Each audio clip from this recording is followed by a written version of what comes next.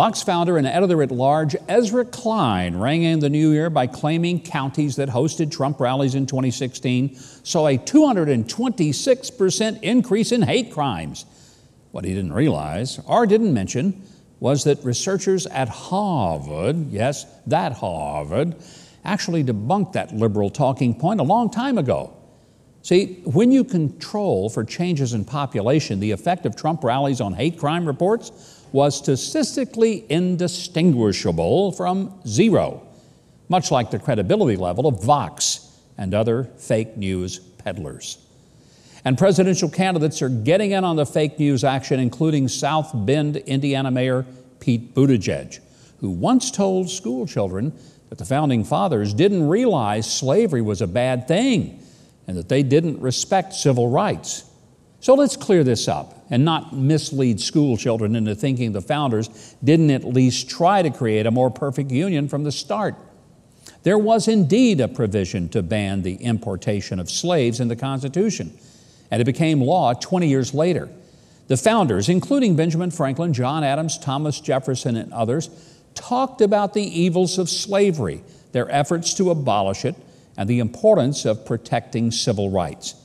They thought these rights so important that they put them into 10 amendments to the Constitution known as the Bill of Rights, which were ratified at the same time as the Constitution in 1787, not in the 1960s. So when it comes to intellectual firepower, I think I'd trust Benjamin Franklin, James Madison, or Thomas Jefferson over anyone currently running for president on the Democratic ticket. Now, let's take a look at some of the questions and comments that you sent in recently. We got this from Lorraine. She's from Indiana and writes, quote, "Your show with Dr. Linda Mental reminded me that the reason people do what they do to manage pain is because of the cost of anything the government regulates.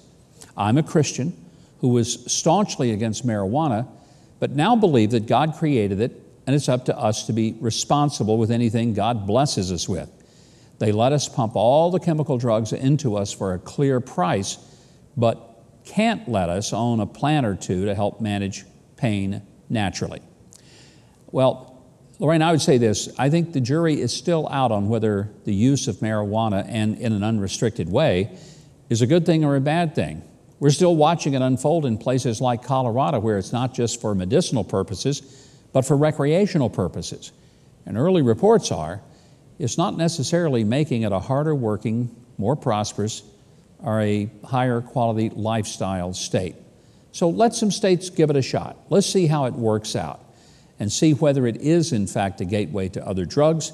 Some people think it is, but I got no problem if a doctor prescribes it for a patient who is in pain.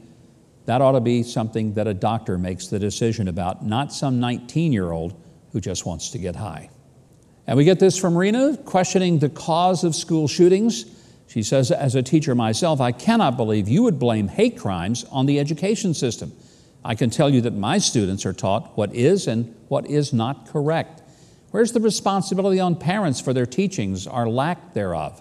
Discipline, morals, and values of education begin at home. We are beginning to blame the education system instead of the upbringing. Please do not blame education for hate crimes and mass shootings." Well, Rena, let me tell you something. I never did. The media reported that I did, but that doesn't make it so. In fact, when the media says I said something, you can almost guarantee I did not. But this past week, what I did say was that there is a systematic cultural problem in this country that causes people to reject the notion of God, and the loss of a God consciousness is overall what leads us to some dramatically horrible things like mass shootings. I included, not singularly blamed, but included an education system that largely has become secularized and that will not allow students in most public schools to be able to mention God, to read the Bible, or to have anything religious, even though that would give a framework for what's right and wrong. And I stand by that statement, because I do believe we were a better country and a better culture when we all believed that there was a God. And even if we didn't believe it, we didn't want to force our atheism on everybody else. And our schools were better off when we prayed and when we had Bible readings that reminded us that some things are right and some things are wrong.